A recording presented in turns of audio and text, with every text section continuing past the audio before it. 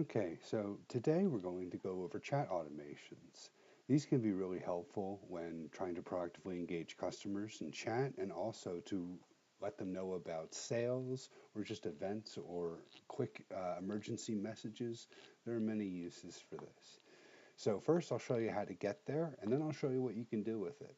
So automations can be created in the admin panel. So we'll go over and select admin and settings and then we can go to chat and then automations. And then again, there is a lot of stuff you can do in here. I'm going to give you some examples. You can always reach out to us if you have a different use case, and we'll see what can be done. But this should give you an idea of what's capable here. So up here at the top right, you have Add Automation. When you go to create an automation, you'll name it and put a description. That way, if you look at a list of them like we see here, we know what it is. That way, if other team members are working through this, they can understand. And they can always click edit into an established automation and review it as well. So what I'm going to do is I'm going to add an automation and I'll show you how this works. So you put the name, description, and then the way these work is as you're online, these will present to customers and whatnot. And then when you're offline, they will not present. If you want them to present at any time or even when you're not available, you'll click on the Enable Schedule button. And then you can decide when these present if you don't want it to just be during your on and offline time. Then you have three different options. You have meet all of the following conditions, meet any of the following conditions, and then to perform these actions. So these are the things that specify the action. So meet all means that each condition that you set needs to happen before the action is performed. Meet any means that any one of the actions you put in here will perform the action. So this gets mixed up a lot. So just to be clear, if you need multiple things for the customer to do in succession before the action is made, then you would use meet all. If it's an either or scenario, you would use meet any. So I'll give an example. In these conditions, you have all of the options, basically all of the visitor behavior. So you have their details, like their region data, what they put in the pre-chat form, the department, and then you have their actions that they perform on the website, like what current page they're on, how many pages they visited, specific pages they visited, their status, whether they're chatting, browsing, and whatnot, the landing page that they hit, or a referral URL that they came from. And then, of course, if you guys are advanced and you have custom values that get passed through, you can even highlight those as an option to perform an action. So I'm going to give two examples that are very common that most of you guys end up using. The first one is going to be, I want a chat invite to present to my visitor, not just a random one when they go on the website, but a specific area. Like, I have a sale on this line of products, and I would like something to present explaining that and enticing them to chat. Sure.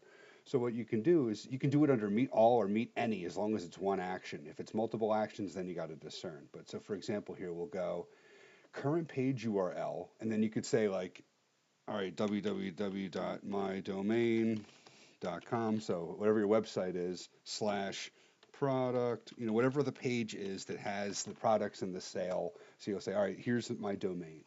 And then I want it to perform these actions. And then in your actions, you have a list of things here. So the first one is invite. This is just a simple chat invitation. So you can put your message like, hey, I see you're looking at this product. We're having a sale. If you'd like to chat with our staff about it, please do. And then you can set a time delay on how long they have to be on that page before it presents. And this, of course, is in seconds.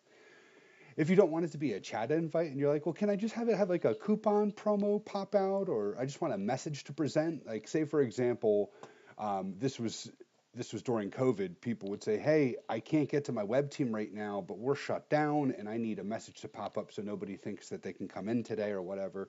So another option is what we call send promo. And this doesn't have a chat invitation. It's just text that presents to the browsing visitor. So like I said, when COVID was happening, people were like, I need a message to pop out. So I showed them, do current page URL, put your home page, and then send promo. And then, hey, due to COVID-19, everything is shut down, blah, blah, blah. But you, of course, can use it for actual promotions and just quick messages. Like, say you're say you're a community park, like a government sanctioned park, and maybe it's closed because there was like a disaster where it's unsafe to walk through. Like that's the thing you could say, like, hey, due to damage from the storm, this will be closed until further notice. Like that kind of option there. So if you want people to actually chat with you, use the invite option instead, because that actually gives them an option to start chat. If it just needs to be a message, you would use send promo. And then you have other options too. So you're probably saying, okay, that's great, but can I have more of a specified thing? Like I want to assign a chat to a department or an agent based on what they selected in the pre-chat form. Because maybe I'm asking, hey, or do you need sales or support, like something like that? Then you could say, okay, instead of current page URL, I'm going to do pre-chat value one, and then if that's the whatever question in your pre-chat form asks. So if it says like if they type support and pre-chat value one, then I want to assign it to this department or this particular agent within said department. And there's also assign if online. So if it's like, hey, this needs to be in real time, if they're available, I want to go to this particular department. And then you have other options too. You have options to do tagging. And it's kind of an older option, and it's basically the little flags that show up at the bottom of the customer while they're in chat or browsing. A lot of people don't use those anymore, so I'm just letting you know this is kind of an older feature, just so that you know. Assigning a lead score, this is also an old option that's not really used anymore, but I want to explain what it is so you're not going, hey, what is this? This allows you to assign a value to a visitor. So like if they're on your pricing page or something like that, and you want to say, oh, well, this person's definitely a prospect, you would assign them a high score, and that would show up in the interface under them. But again, a lot of people don't use this. It's slowly getting phased out. The other options here are if you have Slack, Teams, or Ring Central, if you have channels in those programs and you want a notification to send out, you can do that as long as the visitor is in uh, the chatting status. So it would be the visitor status is chatting, then you could have notifications go through Teams, Slack, or Ring Central. But this, again, it's very powerful because a lot of people don't realize that they can just literally set up these automations to automatically present to customers so they're not sitting there trying to ping them, one at a time in the workspace. So this will just do the work for you. You can again send messages and promo and invite people to chat based on different criteria. This way, if you're really trying to drive traffic to your website in specific areas, this can be really beneficial. We are also here to help you. So if you're like, hey, I understand the concept of what you're showing me here, but I'd like some additional guidance, you can reach out to us and we can work with you and make sure that we get these automations set up the way that you would like. So the last thing I wanted to touch on with this is a non-enterprise account will be allowed to have 3 automations running at a given time. If you need more than 3 automations, you can get our enterprise package, which will allow you to have unlimited automations. But you can always use one for a while, edit it, change it to something else, or deactivate and add a new one. So you have options there.